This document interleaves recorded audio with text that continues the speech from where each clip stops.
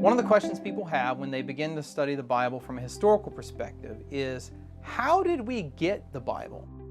In particular, who chose which books go into the Scriptures, which we call the canon of Scripture, and which books were not included in the Scripture?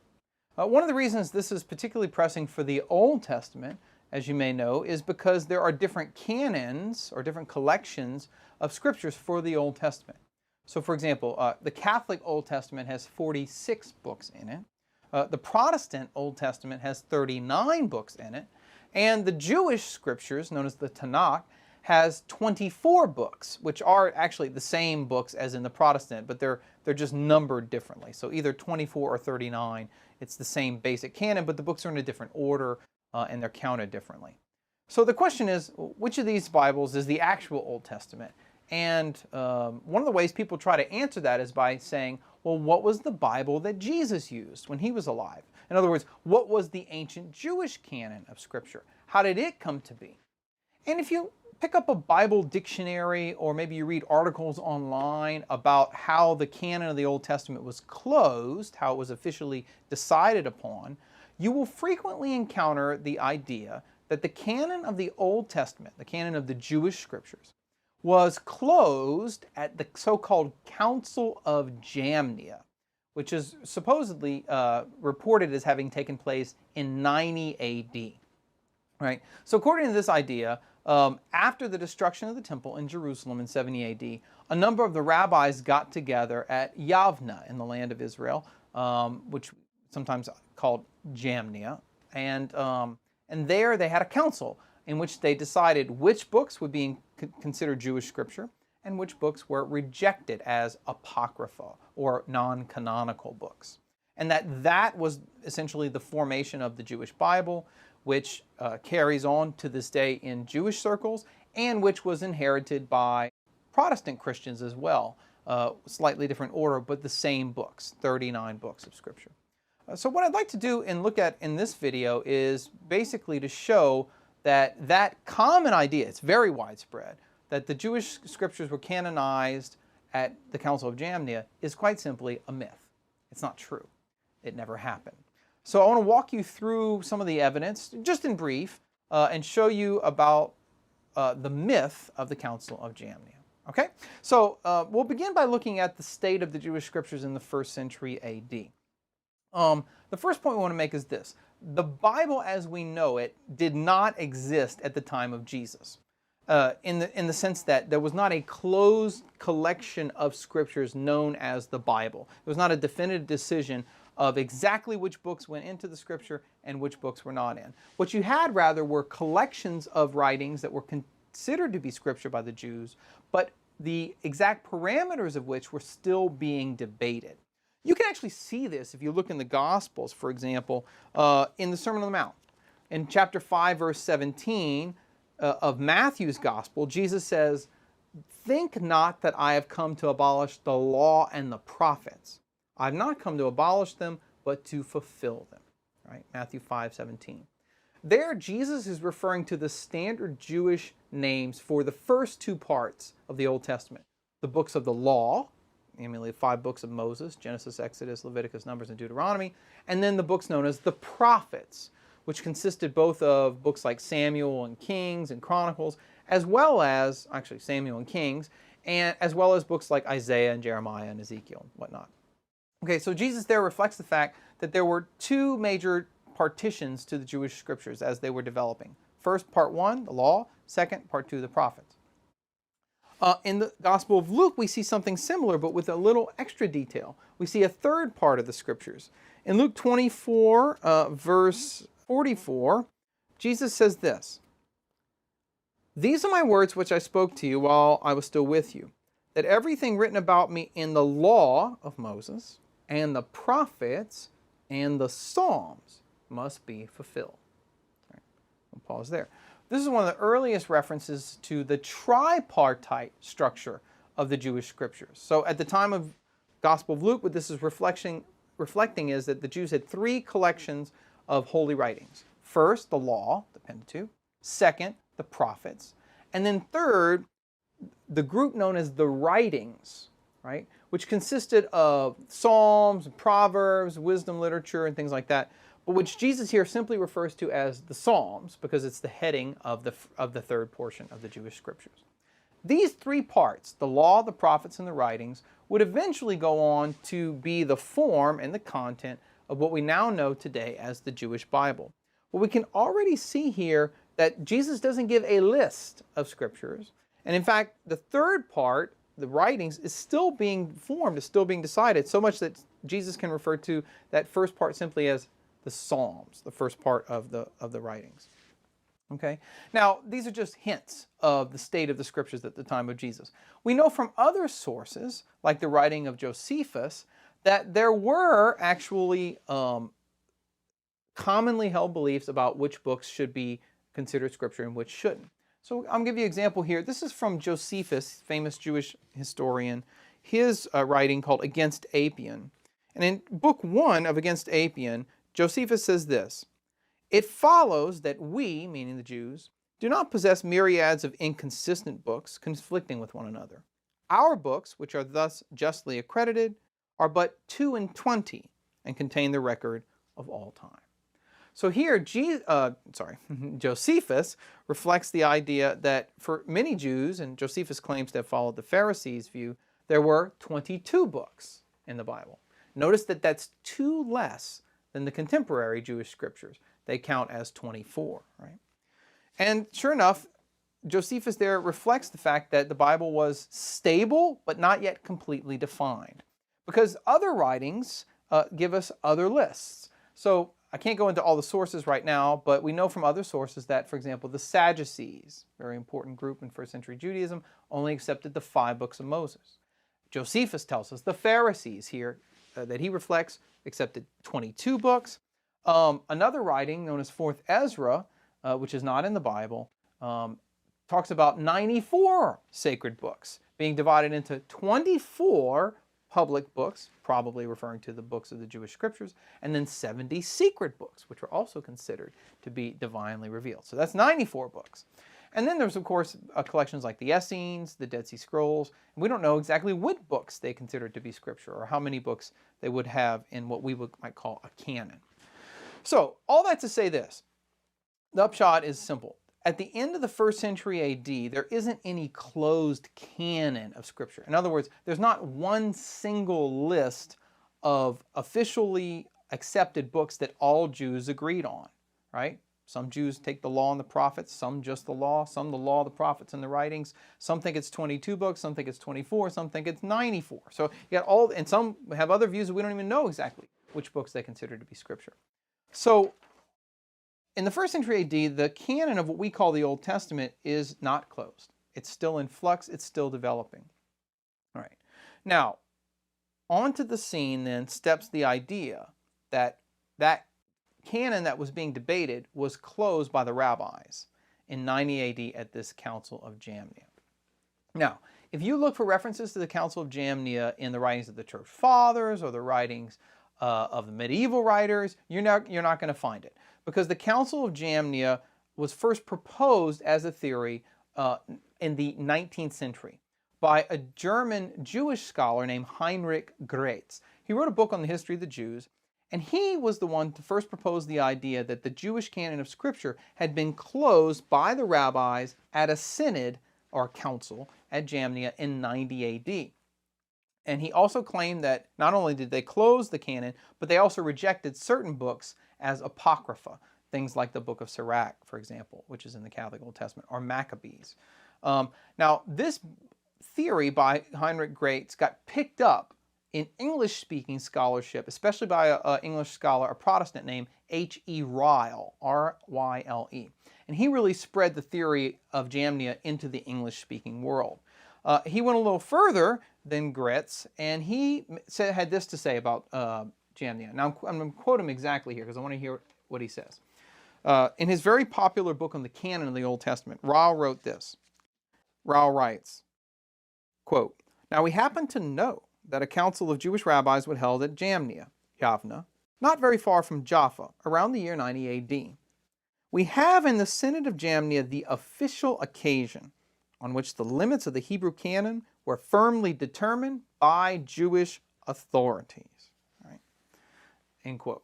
So we see there, Ryle is very strong in arguing that the Old Testament canon was officially closed by a council of Jewish rabbis held in the southern part of Israel at Jamnia in 90 AD. And that is, in a sense, the origin of the Old Testament. And again, this ideal of Ryle gets popularized by other studies of the canon, like Albert Sundberg's book, until it basically becomes a kind of common knowledge, a common assertion that, well, everybody knows the Jewish Bible and the Old Testament, therefore the canon of the Old Testament was closed in 90 AD.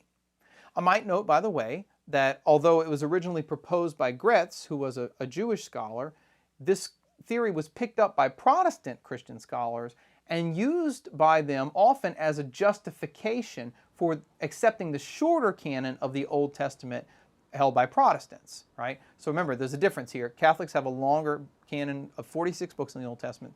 Protestants have 39 books, which, although different in number, are identical in content to the Jewish scriptures, which they count as 24. I know it's a little confusing, but just put it this way. The Protestant and Jewish Bibles are the same in content, just not in organization. So Protestant scholars picked up on the theory of Jamnia in order to argue, hey, our Old Testament, the shorter Old Testament, goes back to the 1st century AD. It's rooted in Jewish authority, in a Jewish council, and it goes back almost to the time of Christ. And that's what I believed myself for a long time as I began to study the development of Scripture and the origins of the Bible and the development of canon when I was an undergraduate.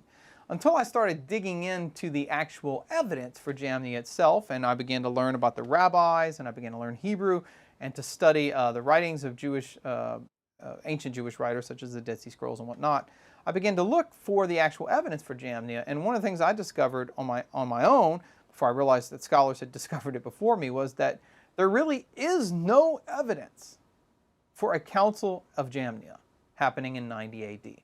That Gretz basically made the theory up almost out of thin air.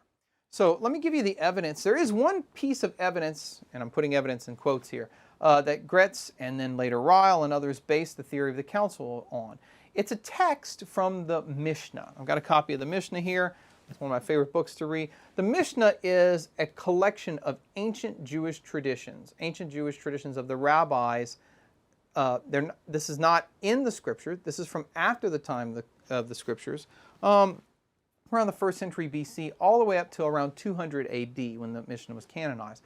It's a collection of oral traditions that were put down in written form at the turn of the 3rd century. And it tells us what the different rabbis and schools of thought were teaching and saying over the course of the 3 centuries previous to its being written down. And in one of the treatises in the Mishnah, known as Yadayim, which means hands, there is a discussion about canonical books of Scripture. And this is the text that Gretz based his theory of the Council of Jamnia on. So I'm going to read it to you. It's a little bit long, but I want to give you the actual evidence so you can see for yourself what the theory of Jamnia was based on and whether the evidence supports the theory. So this is the text from the Mishnah, and it is describing a debate about the canonicity of 2 books, the Song of Solomon and Ecclesiastes. And I'm going to preface it by saying this. The rabbis use an expression to describe a book as canonical. They say that it renders the hands unclean. Okay, now, that might be a counterintuitive way to think about it, but what they mean is that the book communicates holiness to anyone who touches it.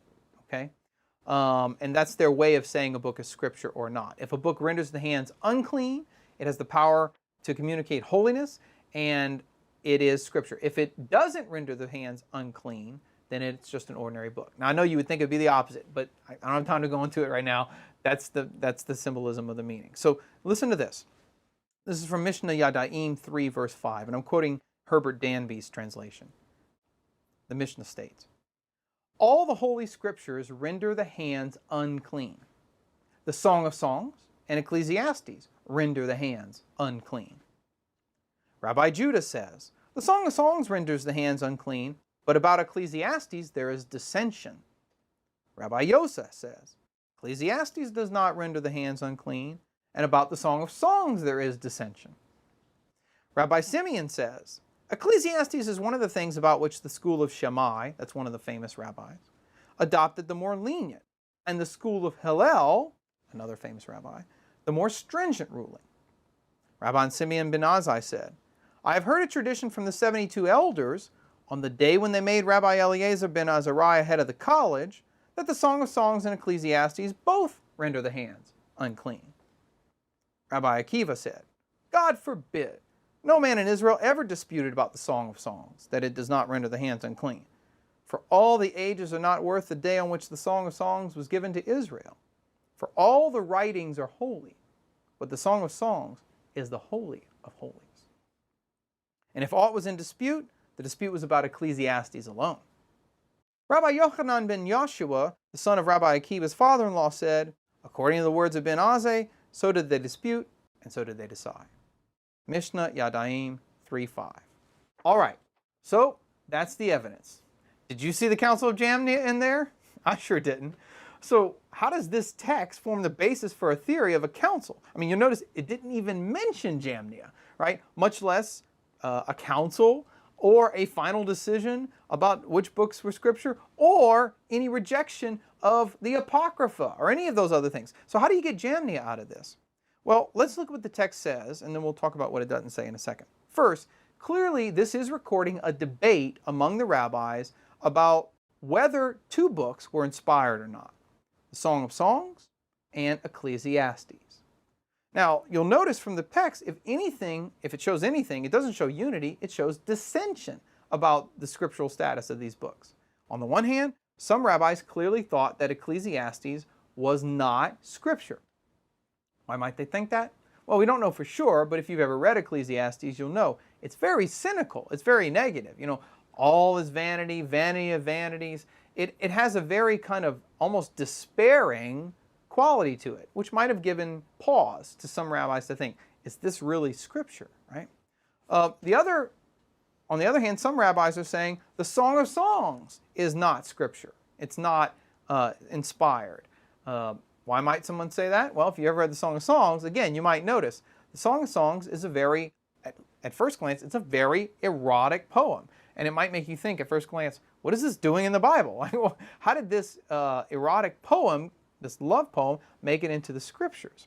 So there were some rabbis who said, this isn't scripture. So there was debate about these two texts. And what we see in this particular passage from the Mishnah is basically a record of who took what side and who had what views about the books of Ecclesiastes and the Song of Songs, about whether or not they were scripture.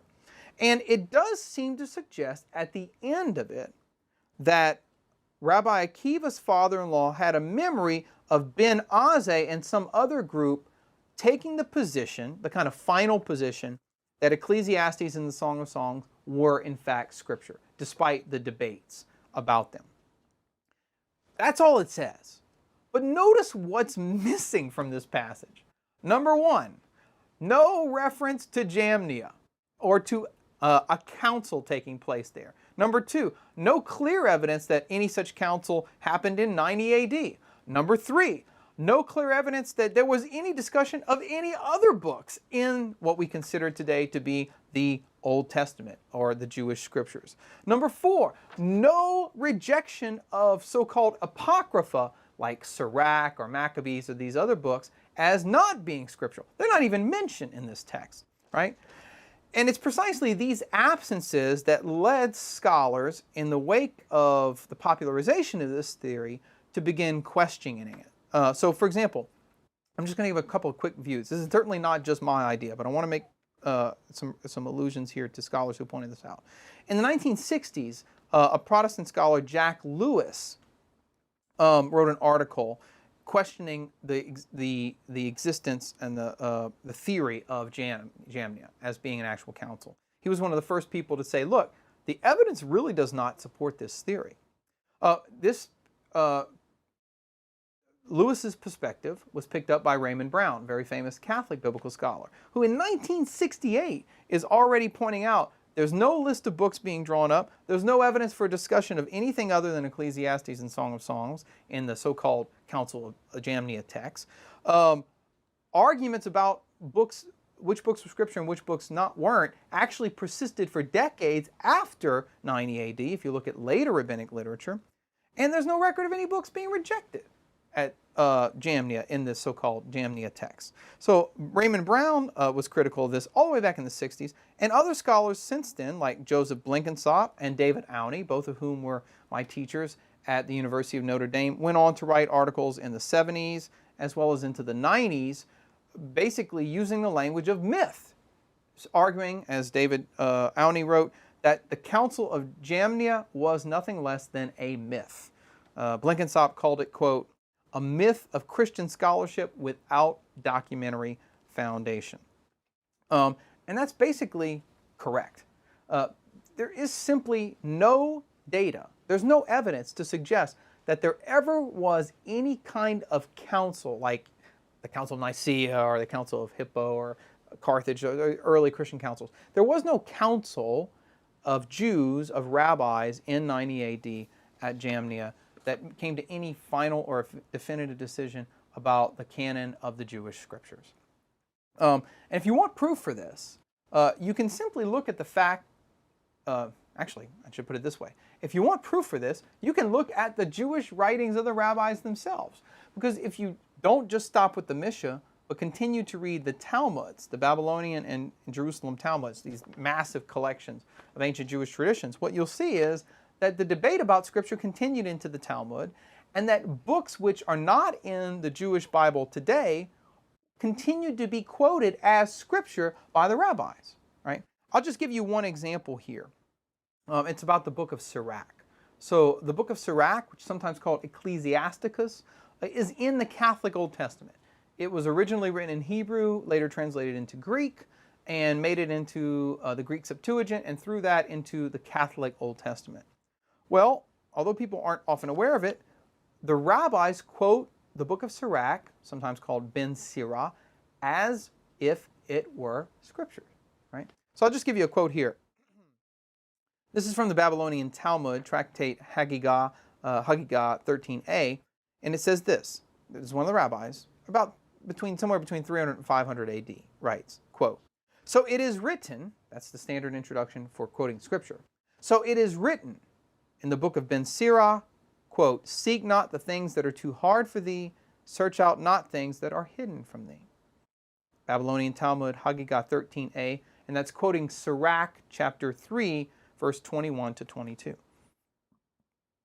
Even more striking, perhaps, is the fact that the Jerusalem Talmud, a little bit later Talmud, goes on to state in one of its treatises that the book of Sirach is actually among the writings, the Ketuvim, the third part of the Scriptures. So that's an explicit acknowledgement of Sirach as canonical Scripture in the Jerusalem Talmud. And you can go see Lehman's book, The Canonization of the Hebrew Scriptures, page 97, for that reference from the Jerusalem Talmud. So, why does that matter? Well, it's very simple. If by the time you get to the Talmuds, the rabbis are still quoting Sirach as Scripture, it makes it absolutely obvious that there was no definitive or closed canon of Scripture in the 1st century AD. Because the rabbis in the Talmuds are writing in the 3rd, 4th, and 5th centuries AD, right? So all this goes to show that the evidence doesn't support the theory of the Council of Jamnia. The evidence from the Talmud shows that debate among the rabbis continued, and it points out the fact that the canon of Scripture, the Bible as we have it, was not something that existed as a closed canon in the 1st century AD. And the Council of Jamnia certainly did not close it.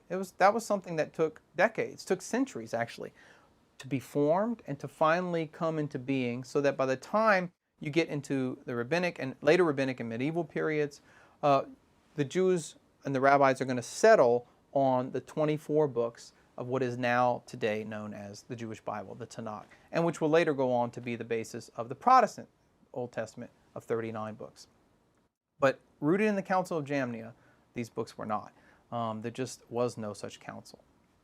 All right, so I hope that helps to give you a little insight into the Council of Jamnia. One of the reasons I did this is because I think that this mythical council often plays a role, an unfortunate role, in debates about the origin of the Bible, where you'll sometimes have Protestant apologists say, oh, well, our Old Testament, the shorter Old Testament, goes back to the Council of Jamnia in the 1st century AD as a kind of defense for the authority of the shorter version of the Old Testament.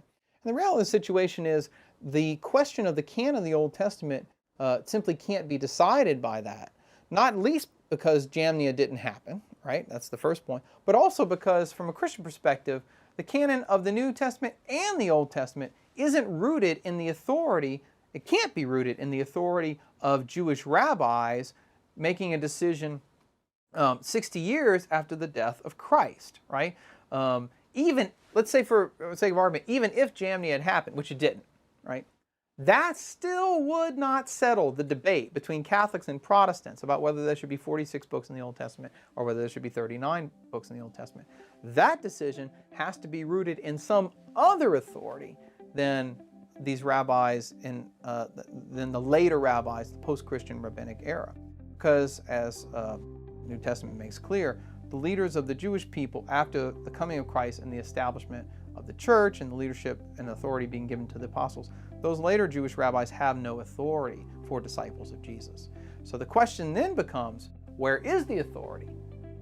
Who has the authority to decide which books are inspired scripture in the Old Testament, and for that matter, which books are inspired scripture in the New Testament? And for that matter, you will have to look to the church founded by the apostles, instituted by Jesus himself. So if you want more on that and how the church actually did have councils making definitive decisions about which books go in the Old Testament and which books are the New Testament, I'd invite you to take a look at my CD series, The Origin of the Bible, Human Invention or Divine Intervention. And there I actually take about 4 or 5 hours to walk through the evidence for how we got the Old Testament and how we got the New Testament, and the role that the apostles, their successors, the bishops, and actual councils of the early Catholic Church is what gave us not just the New Testament, but the Old Testament as well.